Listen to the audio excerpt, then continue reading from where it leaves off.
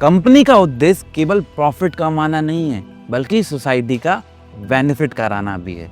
ऐसी मान सोच के धनी थे हमारे रतन टाटा जी, जिन्होंने अपने काम में सोशल रिस्पॉन्सिबिलिटी पे काफ़ी एम्फसाइज किया।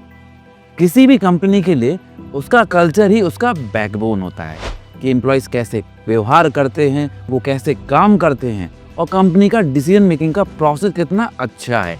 यही बताता है कि कंपनी चलेगी या डूब जाएगी। कंपनी का कल्चर ही कंपनी की वैल्यूज़, कंपनी का मिशन और कंपनी का विजन दर्शाता है। इवन गूगल में भी इनोवेशन और क्रिएटिविटी पे बहुत ज़्यादा फोकस किया जाता है। वो अपने एम्प्लॉयज़ को इनकरेज करते हैं कि वो अपने नए आइडियाज़ शेयर करें, और अगर उनको उनका आइडिया पसंद आता है तो इवन वो उन्हें उस प्रोजेक्ट पे काम भी करने देते हैं। अमेज़न तो हमेशा एक स्टेप आगे रहता है।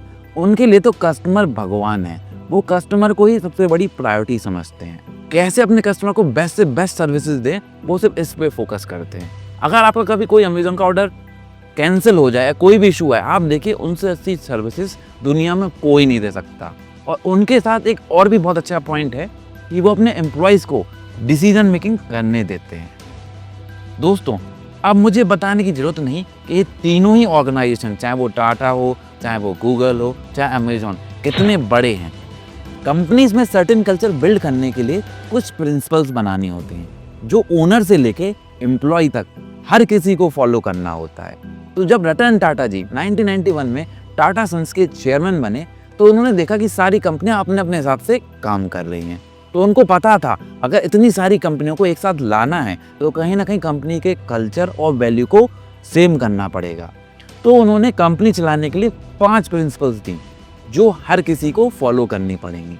लेकिन स्टार्टिंग में इसका काफ़ी विरोध हुआ और कई लोगों ने तो कोड ऑफ कंडक्ट फॉलो करने से मना भी कर दिया।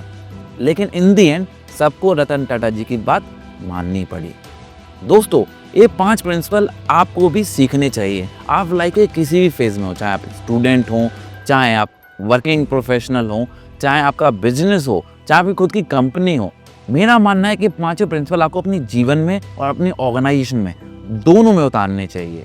तो चलिए स्टार्ट करते हैं अपने पहले प्रिंसिपल से, जो है इंटेग्रिटी। इसका सिंपल सा मतलब होता है कि अपने अंदर ऑनेस्टी, ट्रांसपेरेंसी, मोरली करेक्ट होने की क्वालिटी बिल्ड करना, मैन ऑफ वैल्यू बनना। कितनी भी टफ सिचुएशन क्यों ना आ जाए, गलत प्रैक्टिस फॉलो ना करना। और यही सबसे बड़ा रीज़न बनता है किसी कस्टमर का कंपनी पे ट्रस्ट करने का। और ट्रस्ट के मामले में तो टाटा नाम ही काफ़ी है।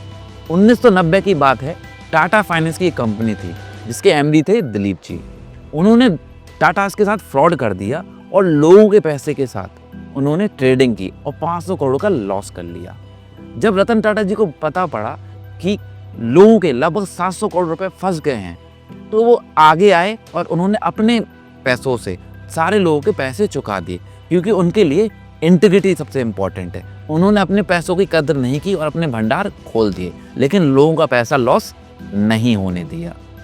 दूसरा है अंडरस्टैंडिंग। कस्टमर हो या एम्प्लॉय, दोनों की प्रॉब्लम को समझना और उसको सॉल्व करना ही टाटास की प्रायोरिटी रही है। तीसरा है यूनिटी। आप बताइए, क्या 100 से ज़्यादा कंपनी बिना यूनिटी के चल सकती हैं?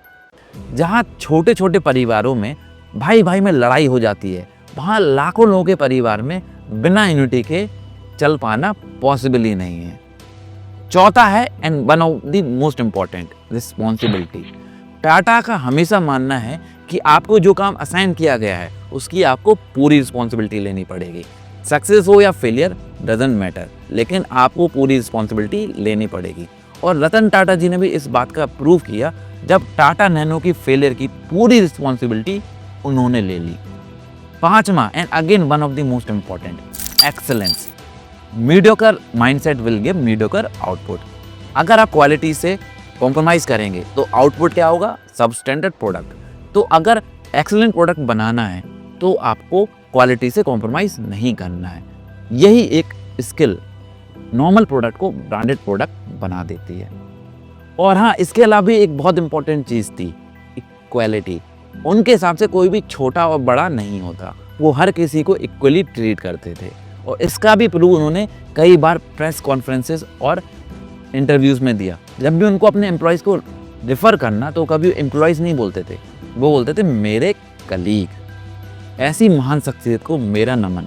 चलिए इस सीरीज़ की अगली वीडियो में मिलते हैं।